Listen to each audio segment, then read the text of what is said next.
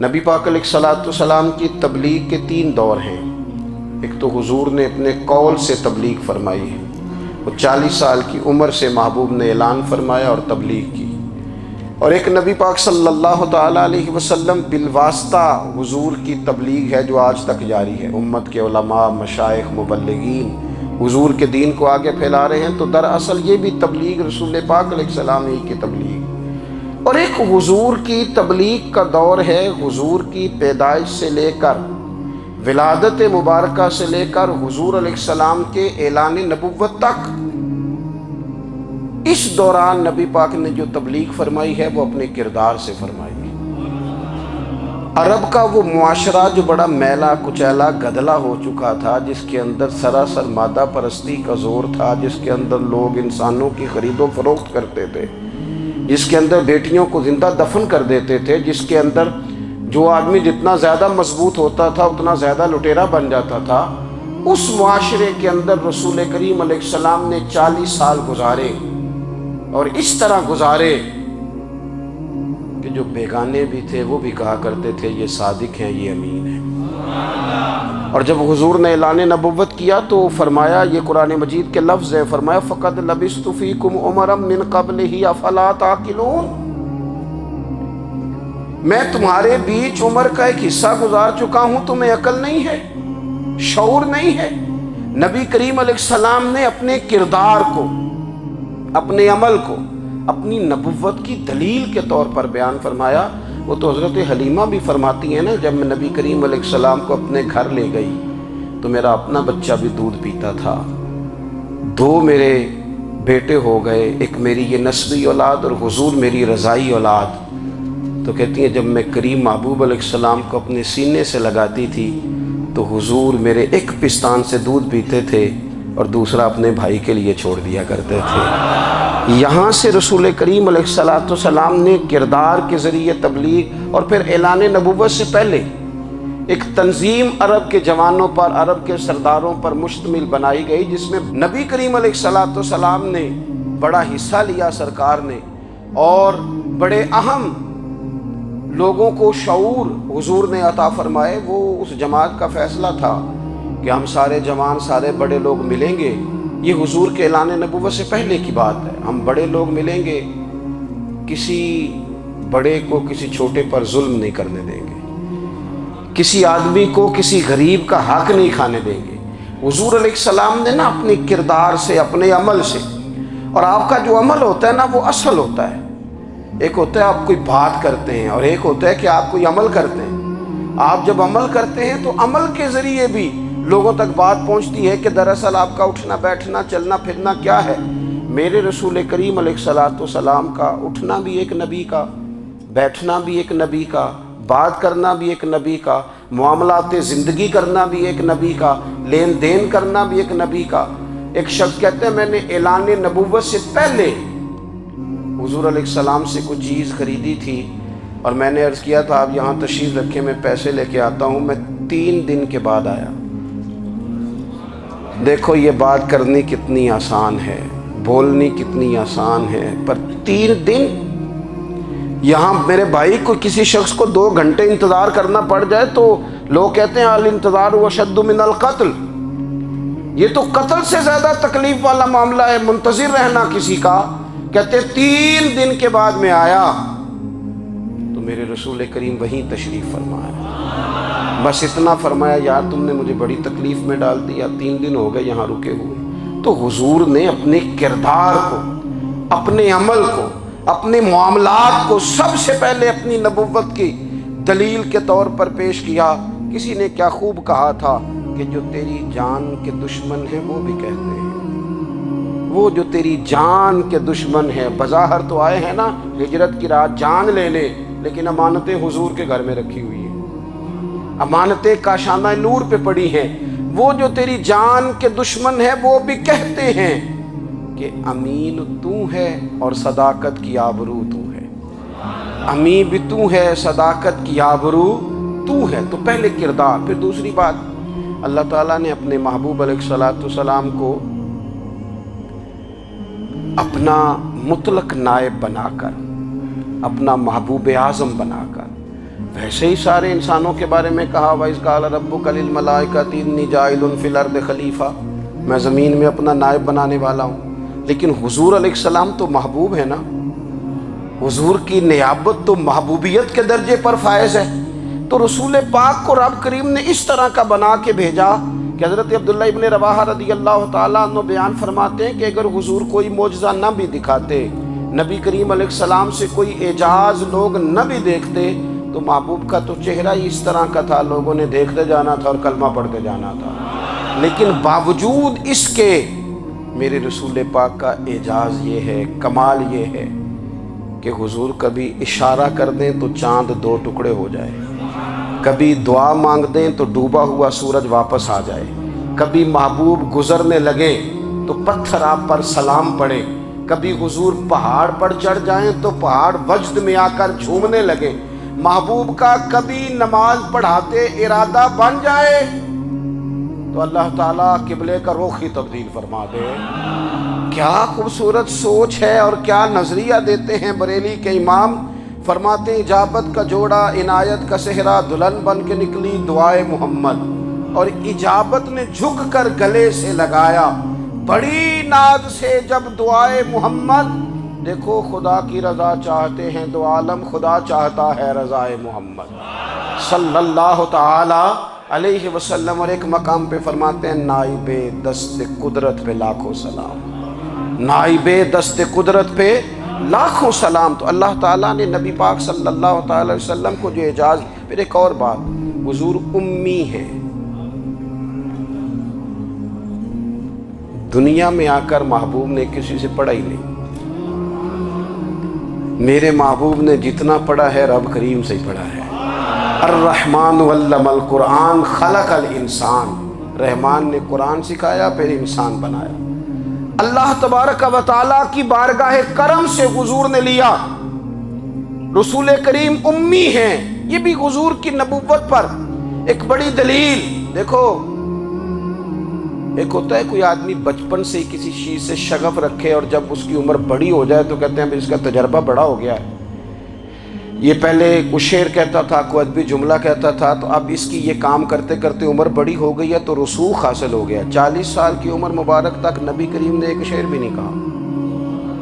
حضور علیہ السلام نے کبھی کوئی ایسی بات، ویسے تو حضور کی ہر بات حکمت والی، لیکن جس کو عرب کے لوگ اپنے لہجے میں شاعری یا اپنے لہجے میں ادب کہتے تھے، وہ حضور نے بیان نہیں فرمایا۔ لیکن جب 40 سال کی عمر میں اعلان نبوت کیا تو پھر بڑے بڑے فصیح و بلیغ، بڑے بڑے سیانے طفیل بن عمرو کہتے ہیں کہ اس شخص کو بھی میں نے دیکھا جسے بڑا ناز تھا اپنی فصاحت اور بلاغت پر، اور جب وہ حضور کے پاس آیا اور اس نے آ کے کچھ باتیں کی تو محبوب خاموشی سے سنتے رہے، اور جب وہ چپ کر گیا تو میرے کریم نے صرف سورہ فاتحہ پڑھی۔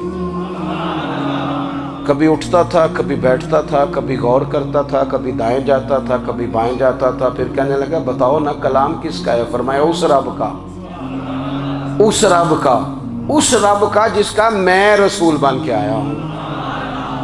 نبی کریم صلی اللہ تعالی علیہ وسلم امی ہیں، لیکن حضور نے کائنات کے رازوں سے پردے ہٹا دیے، نبی کریم نے جینے کے سلیقے بتا دیے، حضور نے ہر شخص کو اس کے مقصد حیات سے آگاہ کر دیا۔ نبی کریم علیہ السلام نے وہ فلسفہ حیات بیان کیا کہ لوگوں کو صرف جینے میں ہی مزہ نہیں آیا، مرنے میں بھی مزہ آنے لگا۔ لوگ آگے بڑھ بڑھ کے جانیں پیش کرنے لگے، اپنی اولادیں قربان کر، جو فلسفیوں سے کھل نہ سکا اور نکتہ وروں سے حل نہ ہوا، وہ راز ایک طیبہ والے نے بتلا دیا چند اشاروں میں۔ محبوب کریم امی ہیں، لیکن حضور نے اس طرح دنیا کو سکھایا، اس طرح دنیا کو پڑھایا، اس طرح حضور نے علم کے چراغ اور دیپ روشن کیے کہ قیامت تک جسے روشنی ملے گی نا، اسے صرف دروازہ مصطفیٰ سے ملے گی، اسے رسول کریم علیہ السلام کے در دولت سے ملے۔ کچھ لوگوں نے کہا کہ اپنے پاس سے آیات بنا کے لاتے ہیں، اپنے گھر میں بیٹھ کے دعوے کر لینا تو کوئی مشکل کام نہیں نہ ہوتا، سارے لوگ ہی کر لیتے ہیں۔ بلکہ وہ ہمارے ایک بزرگ کہا کرتے تھے خیالی پلاؤ پکائیے تے گھیو کدے بھی کٹ نہ پائیے، کیونکہ کون سا پیسوں کا ڈالنا ہے، زیادہ ڈالیں آپ اور زیادہ ڈالیں۔ بہت سارے لوگ ہیں آج بھی، کچھ لبرل ہیں بیچارے، کچھ دین بیزار طبقہ ہے، وہ کہتے ہیں جناب ہمیں تو جدید باتیں بتائیں، ہمیں تو نئے اسلوب کے مطابق لے کے چلیں، ہمیں تو او بھائی سن، میرے نبی پاک علیہ السلام نے فرمایا میرا قرآن کبھی پرانا نہیں ہوگا، اسے پڑھ کے دیکھ، اس کی جدت کا حسن دیکھ، یہ تو کھلا ہوا باغ ہے، تو ایک دفعہ اس کے قریب آئے گا تو خوشبو ملے گی، دوسری دفعہ آئے گا تو اس سے زیادہ تازی ملے گی، ایک دفعہ پھل کھائے گا تو مزیدار ہوگا اور دوسرا کھائے گا ہو سکتا ہے شکل ملتی جلتی ہو لیکن ذائقہ بڑا نرالا ہوگا۔ تو تو صحیح نا، جب کچھ لوگوں نے کہا یہ خود سے بنا کے آیات لاتے ہیں تو فرمایا وَإِن كُنتُمْ فِي رَيْبٍ مِّمَّا نَزَّلْنَا عَلَىٰ عَبْدِنَا فَأْتُوا بِسُورَةٍ مِّن مِّثْلِهِ، اگر تمہیں کوئی شک ہے اس میں جو ہم نے اپنے بندہ خاص میں نازل کیا ہے تو تم بھی اس جیسی ایک آیت بنا کے لاؤ۔ اور چلو چیلنج کھلا ہی دے دیا، فرما وَادْعُوا شُهَدَاءَكُم مِّن دُونِ اللَّهِ، اللہ اور اللہ والوں کو چھوڑ دو، تفسیری ترجمہ عرض کر رہا ہوں، یعنی صحابہ کو چھوڑ دو، حضور کے ماننے والوں کو چھوڑ دو، باقی ساری دنیا کے کافر اکٹھے ہو جاؤ، ایک آیت بس قرآن جیسی لے کے آؤ، ایک آیت لے کے آؤ، ان کنتم صادقین، اگر تم سچے ہو۔ جوانوں سنو، کہا ایک آیت، اور یہ چیلنج آج تک قرآن مجید کا موجود ہے، آج تک وَإِن كُنتُمْ فِي رَيْبٍ مِّمَّا نَزَّلْنَا عَلَىٰ عَبْدِنَا فَأْتُوا بِسُورَةٍ مِّن مِّثْلِهِ، تم قرآن کے مقابلے کی ایک صورت لے کے آؤ اور سارے حمایتی اکٹھے کر لو اپنے، ان کنتم صادقین، اگر تم سچے ہو۔ جواب تو ادھر سے آنا تھا نا، لیکن کائنات کے رب نے جواب بھی خود دیا، فرمایا فَإِن لَّمْ تَفْعَلُوا وَلَن تَفْعَلُوا، اگر تم نہ لا سکے، اور فرمایا تم لا سکتے بھی نہیں، اگر تم نہ لا سکے اور تم لا سکتے بھی، نہ خنجر اٹھے گا نہ تلوار تم سے، یہ بازو میرے آزمائے ہوئے ہیں، وَلَن تَفْعَلُوا، تم لا بھی نہیں سکتے، فَاتَّقُوا النَّارَ الَّتِي وَقُودُهَا النَّاسُ وَالْحِجَارَةُ، پھر اس آگ سے ڈر جاؤ جس کا ایندھن آدمی اور پتھر ہے، اُعِدَّتْ لِلْكَافِرِينَ، بنائی کافروں کے لیے، بنائی مومنوں کے لیے تو رب نے جنت بنائی ہے، اُعِدَّتْ لِلْكَافِرِينَ، یہ دوزخ اللہ نے کن کے لیے بنائی ہے؟ اُعِدَّتْ لِلْكَافِرِينَ کہتا ہے کافر کے لیے بنایا۔ تو اللہ تبارک و تعالیٰ نے میرے رسول پاک صلی اللہ تعالیٰ علیہ وسلم کو وہ کتاب عطا فرمائی، اور پھر حضور کی فصاحت و بلاغت، معرفت، دیکھو ایک ہوتا ہے گھنٹوں باتیں کرنا، ایک ہوتا ہے کئی والیم پر مشتمل، کئی جلدوں پر مشتمل کتب کا لکھنا، اور ایک ہوتا ہے کسی بندے کا ایک بات کرنا اور سامنے والے کی طبیعت کو اتنا جگا دینا کہ اگلی بات فوراً ہی اس کی سمجھ میں آ جائے۔ اور حضور نہ کسی کی انا کو نہیں جگاتے تھے، ہم بعض اوقات کسی سے خطاب کرتے ہیں، بات کرتے ہیں تو سامنے والے کی انا کو جگا دیتے ہیں، ٹھیس پہنچاتے ہیں، وہ کہتا ہے چل پھر تگڑا ہو جا میں بھی آیا۔ حضور انا نہیں جگاتے تھے، میرے نبی پاک ضمیر جگاتے تھے تاکہ وہ شخص فیض حاصل کر سکے، اسے کچھ ملے۔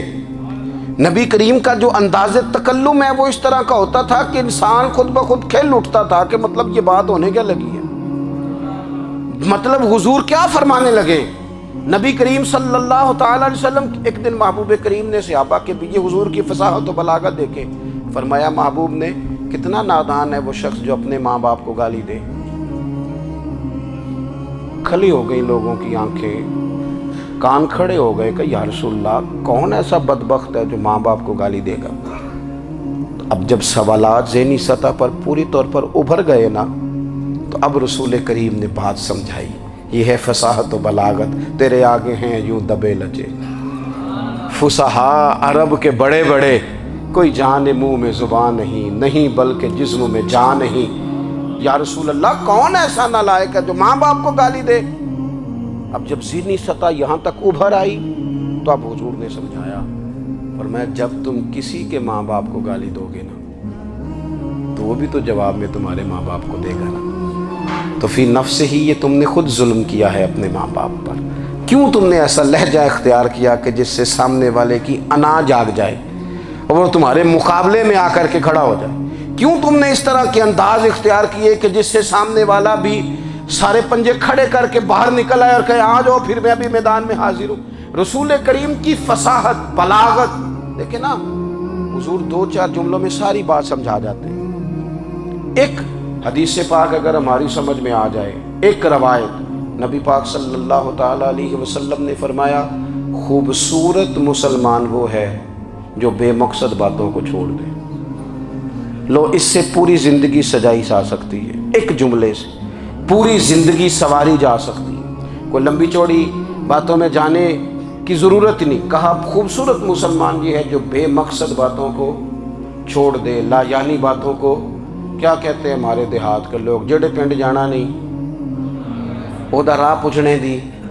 لیکن آج کل لوگ باز آندے یعنی جس بات کا بالکل تعلق نہیں نا وہ بات بھی کرتے جاتے ہیں، جس کا شعبہ ہی نہیں وہ بھی چھلانگ لگا کے اس میں آ جاتا ہے۔ ہم اپنا وقت ضائع کرتے ہیں، اپنی صلاحیتیں ضائع کرتے ہیں، اپنا نقصان کرتے ہیں۔ ہم اپنا کام صحیح کر کے نہیں کرتے اور دوسری ساری دنیا کو ٹھیک کرنا چاہتے ہیں۔ او بھائی، آپ جس جگہ جس شعبے سے تعلق رکھتے ہیں آپ اپنے معاملات میں مضبوطی پیدا کریں۔ حضور نے اپنی فصاحت کے ساتھ، بلاغت کے ساتھ لوگوں کو قائل کیا، اور قرآن مجید کی تاثیر کا یہ اثر میرے کریم رسول نے دکھایا کہ رات کو جب حضور بیٹھ کے قرآن پاک پڑھتے تھے نا، جب یاسین والے نبی خود یاسین کی تلاوت کریں، جب طٰہٰ والے محبوب خود طٰہٰ کی تلاوت کریں، غور کرو نا، جب مدثر والے محبوب خود ان جملوں کو ادا کریں، یعنی جن کے بارے میں آیت آئی ہے، جب وہی یہ آیت پڑھیں کہ اِنَّا أَعْطَيْنَاكَ الْكَوْثَرَ، یعنی جن کا ذکر ہو رہا ہے، جب وہ یہ بات کریں کہ یا ایھا النبی اِنَّا أَرْسَلْنَاكَ شَاہِدًا وَمُبَشِّرًا وَنَذِیرًا لِتُؤْمِنُوا بِاللَّهِ وَرَسُولِهِ وَتُعَزِّرُوهُ وَتُوَقِّرُوهُ وَتُسَبِّحُوهُ بُكْرَةً وَأَصِیلًا، جن کے بارے میں آیت آئی ہے، جب وہ یہ کہہ رہے ہوں کہ وَرَفَعْنَا لَكَ ذِکْرَکَ، جب وہ کہہ رہے ہوں وَالضُّحَىٰ وَاللَّیْلِ إِذَا سَجَىٰ، ذرا اس کیفیت کو دیکھیں جب محبوب خود پڑھ رہے ہوں، اور جو حضور پر آئی ہیں اس کا ذائقہ، اس کا لطف، اس کا انداز بھلا کیا ہوگا۔ حضور جب رات کو پڑھتے تھے نا قرآن پاک، تو جو پکے کافر تھے نا، ابو جہل جیسے لوگ، وہ بھی جھاڑیوں میں چھپ چھپ کے مدینے والے کی تلاوت سنا کرتے تھے، حضور کی تلاوت سنا کرتے تھے۔ یہی بہتر ہے کہ پردوں میں وہ پردہ پوش رہے، وہ اگر پردے ہٹا دے تو کسے ہوش رہے۔ رسول کریم علیہ السلام کی تلاوت کا سننا، قریب جانا، یہ اعجاز ہے۔ حضرت فاروق اعظم کہتے ہیں میں طبیعت کا بڑا ڈاڈا تھا، مزاج کا بڑا سخت تھا، زندگی ہمیشہ ڈٹ کر گزاری، باتوں پر کھڑا رہنا آتا تھا، پر جب میری بہن نے مجھے چند آیتیں سنائی نا تو میں تڑپ ہی گیا۔ گھروں آیا سا مار مقامنے نو، ہن مینو مار دے لے چلو، اوے متے عمر دی عمر برباد ہو جائے جتھے عمر سوار دے لے چلو۔ یہ اعجاز ہے رسول کریم صلی اللہ تعالی علیہ وسلم پر نازل ہونے والی کتاب کا۔ پھر حضور نے خبریں دی، نبی پاک نے خبریں دی، حضور نے فرمایا روم فتح ہوگا، وہ ہوا۔ نبی کریم علیہ السلام نے فرمایا شام فتح ہوگا، تو شام فتح ہوا۔ فرمایا ایران فتح ہوگا، تو ایران فتح ہوا۔ سراقہ بن مالک کہتے ہیں ایک گاؤں پر بھی مسلمانوں کی حکومت نہیں تھی، ایک گاؤں پر۔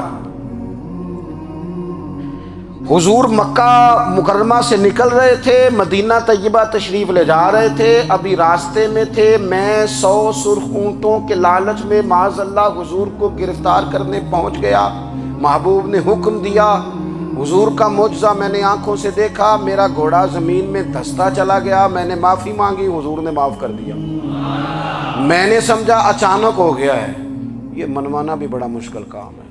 شجر و حجر پہچان گئے، انسان کی نظروں میں شاکی رہا۔ یہ کچھ ایسے لوگ ہیں جن کو منوانا توبہ توبہ، ماننے کو تیار نہیں، دیکھ دیکھ کے بھی ماننے کو تیار ہے نہیں، ماننے کو تیار ہی نہیں۔ کہتے ہیں کہ میں نے پھر چاہا آگے بڑھنا تو پھر زمین کے اندر میرے گھوڑے کے پیر دھنسنے لگے، پھر معافی مانگی۔ کریم تیرے معاف کرنے کی ادا پہ بھی قربان جائیں۔ یہ نہیں فرمایا کہ تو بار بار یوں ہی کرتا ہے، فرمایا معافی مانگتا ہے، جا میں نے معاف کیا۔ کہتے ہیں 3 دفعہ میں آگے بڑھا، 3 دفعہ حضور نے معاف کیا تو مسکرا کے فرمانے لگے تو یہاں مجھے گرفتار کرنے آیا ہے، وہ کیسر روم کا علاقہ فتح ہوگا۔ وہ کنگن جو پہنتا ہے نا ہاتھوں میں، بادشاہ کے کنگن معروف ہیں، وہ تیرے ہاتھوں میں آئیں گے۔ اللہ کرے آپ سمجھیں۔ یہ جو لوگ ڈری ڈری سہمی اور ہمارے بچے مایوسی کی معاذ اللہ باتیں کرتے ہیں، وہ دیکھیں حضور کس طرح کی گفتگو فرماتے ہیں۔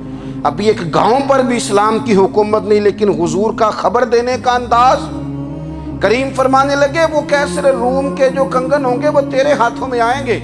جناب سراقہ بن مالک فرماتے ہیں کہ میں مسلمان ہو گیا، حضور کا وصال ہو گیا، کنگن نہیں آئے۔ حضرت ابوبکر صدیق کا وصال ظاہری ہو گیا، کنگن نہیں آئے۔ جناب عمر کا دور آ گیا، سراقہ بوڑھے ہو گئے۔ کوئی بندہ پوچھتا نا کہ اب تو عمر ڈھل گئی ہے، زندگی کا پتہ نہیں، کہنے لگے نہیں میں نہیں جاتا، جب تک کنگن نہیں آتے اسرائیل کوئی نہیں آئیں گے، کیونکہ ساڈے نبی دی زبان ساڈے واسطے قرآن۔ جو دن کو کہہ دیا دن ہے تو دن نکل آیا، جو شب کو کہہ دیا شب ہے تو رات ہو کے رہی، اور خدا نے ان کی زبان کو وہ اختیار دیا، جو نکلی منہ سے ان کے وہ بات ہو کے رہی۔ اور فاضل بریلوی کا تو انداز ہی پھر انوکھا ہے نا، وہ تو کہتے ہیں وہ زبان جس کو سب کن کی کنجی کہے، جس کو سب کن کی کنجی کہیں، اس کی نافذ حکومت پہ لاکھوں سلام۔ کہنے لگے نہیں آتے حضرت اسرائیل، فکر نہ کرو، بوڑھے ہو گئے تھے، نکلنا گھر سے بند کر دیا تھا۔ حضرت عمر کا دور تھا، کنگن آ گئے۔ حضرت فاروق اعظم نے ان کے پوتوں سے، نواسوں سے، بچوں سے کہا جاؤ بلا کے لاؤ، کہا دادا جان بوڑھے ہیں، پھر میں تم کان میں کہہ دینا کنگن آ گئے، پھر تم دیکھنا تو صحیح۔ پھر حضرت سراقہ آئے، حضور نے جو خبریں دیں، نبی پاک علیہ الصلوۃ والسلام نے جو گزشتہ قوموں کے احوال بیان کیے، اور پھر میرے نبی پاک علیہ الصلوۃ والسلام نا دنیا میں عزتیں دینے آئے۔ عزتیں، یہ مزاج ہمیں کم کرنا چاہیے۔ یہ جو ہم ساری زندگی اس کام میں لگا دیتے نا کسی کو نیچا کیسے دکھانا ہے، یہ انداز حضور نے نہیں ہمیں دیا۔ آپ دیکھو حضور تشریف لائے تو ہمیں پتہ چلا کہ حضرت یوسف جیسا سونا کوئی نہیں۔ حضور تشریف لائے تو ہمیں پتہ چلا کہ حضرت داؤد جیسی خوبصورت آواز کسی کی نہیں۔ حضور تشریف لائے تو ہمیں پتہ چلا کہ جناب عیسیٰ علیہ السلام کا فقر اختیاری کس طرح کا تھا۔ محبوب تشریف لائے تو ہمیں پتہ چلا کہ حضرت موسیٰ کا جلال کس طرح کا تھا۔ یہ تو حضور آئے تو نبی پاک علیہ السلام نے اس کی بھی عظمت بیان کی، اس کی بھی شان بیان کی۔ حضور نے بتایا کہ ابوبکر صدیق کی شان کیا ہے، فاروق اعظم کا مرتبہ کیا ہے، عثمان غنی کی حیا کیا ہے، مولا علی کی شجاعت کیا ہے، اہل بیت نبوت کی عظمت کیا ہے۔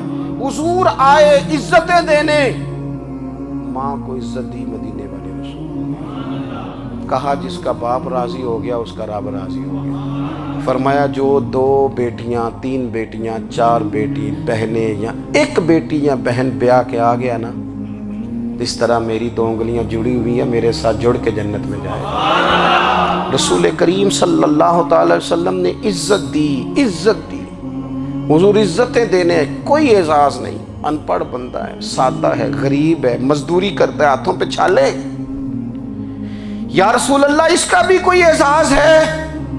قربان جائیں، میرے کریم نے عزت دی، فرمایا محنت کر کے روزی کمانے والا تو اللہ کا دوست ہے۔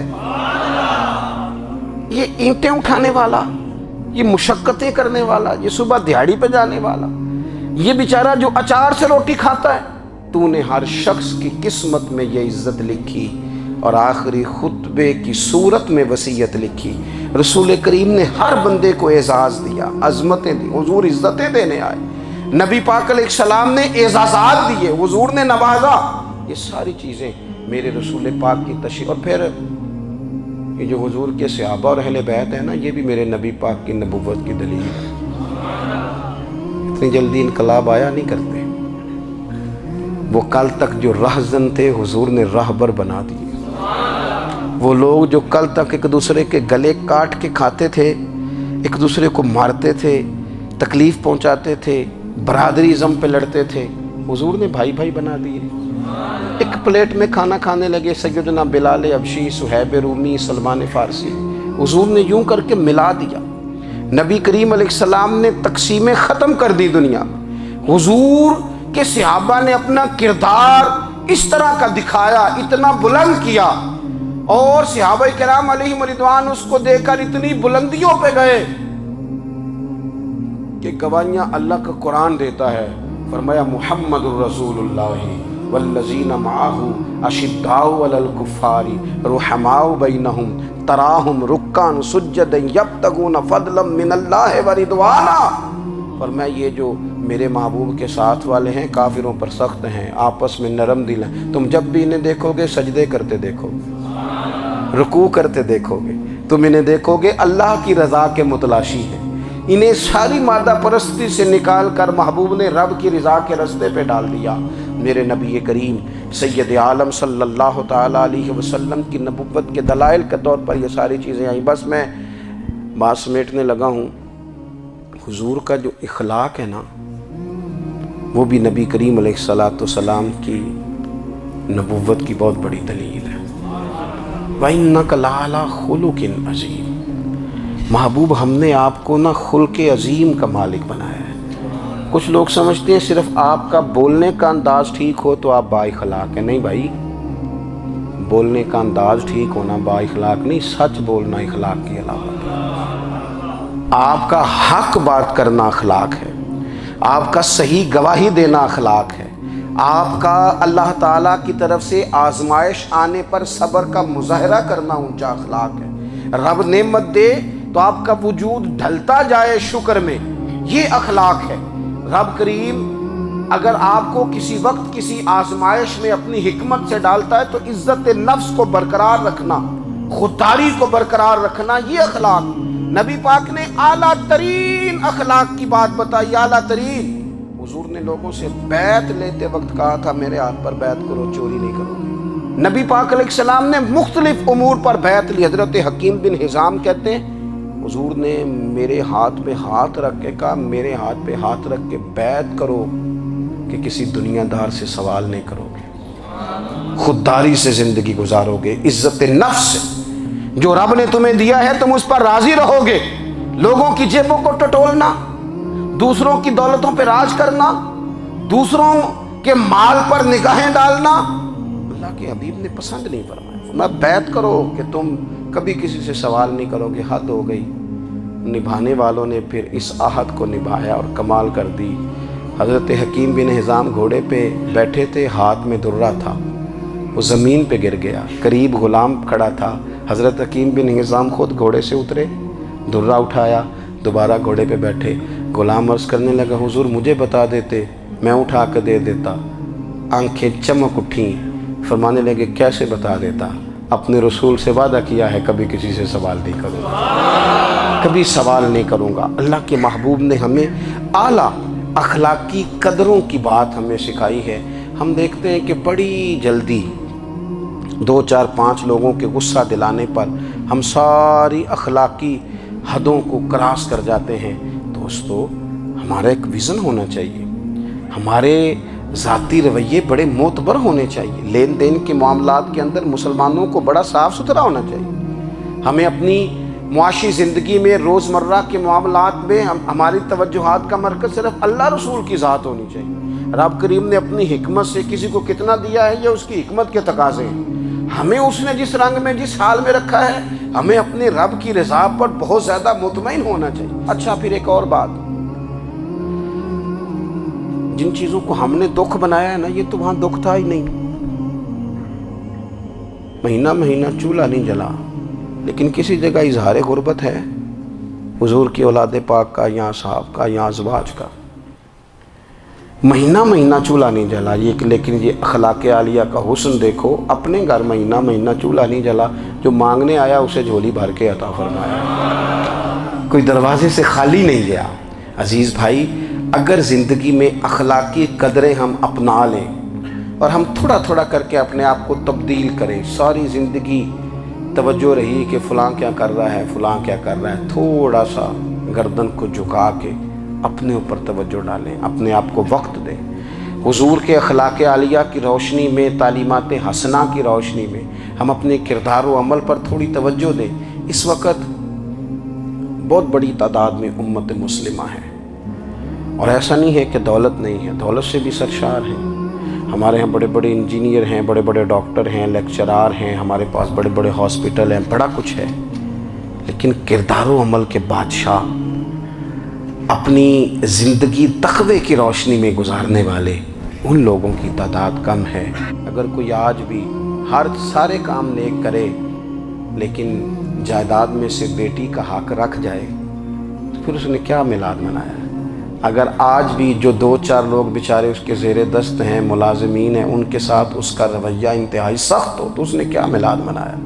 اگر آج بھی وہ برادری ازم کی بنیاد پر دوستیاں کرے اور چھوٹے بڑے کی وہ تقسیم رکھے، جسے حضور نے فرمایا کہ قبیلے تو تعارف کے لیے، ورنہ کسی عربی کو اجمی پر، گورے کو کالے پر کوئی فضیلت نہیں۔ اگر کوئی آج بھی اس برادری ازم کا قائل ہے پھر اس نے کیا میلاد منایا؟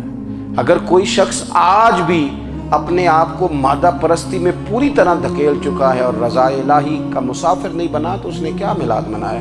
اپنی طبیعتوں میں روحانی تبدیلی اور وہ خاص افکار جو حضور اپنے غلاموں میں پیدا فرماتے ہیں، ان افکار کو پیدا کرنا، سوچوں کو بدلنا، سوچوں کو، نظریات کو بدلنا، اپنے روزمرہ کے معاملات کا جائزہ لینا کہ ہم کس طرح آگے بڑھ سکتے ہیں اور کس طرح ہم ایک بہترین امتی اور ایک بہترین مسلمان بن سکتے ہیں، اس پر توجہ دینا، یہ میلاد ہمیں سبق دیتا ہے۔ اللہ تعالیٰ مجھے اور آپ کو عمل کی توفیق عطا فرمائے۔ آخر دعوایا ان الحمدللہ۔ اللہم صلی علی سیدنا و مولانا محمد، اللہم صلی علی سیدنا و مولانا محمد۔ اللہ کے شیر ہے در کرار پر درود، اللہ کے شیر ہے در کرار پر درود، اللہ کے شیر ہے در کرار پر درود، حضرت حسن حسین کے کردار پر درود، اللہم صلی علی سیدنا و مولانا محمد وعلی سیدنا علی و سیدتنا فاطمہ و سیدتنا زینب و سیدنا حسن و سیدنا حسین وعلی آلہ و صحبہ و بارک وسلم۔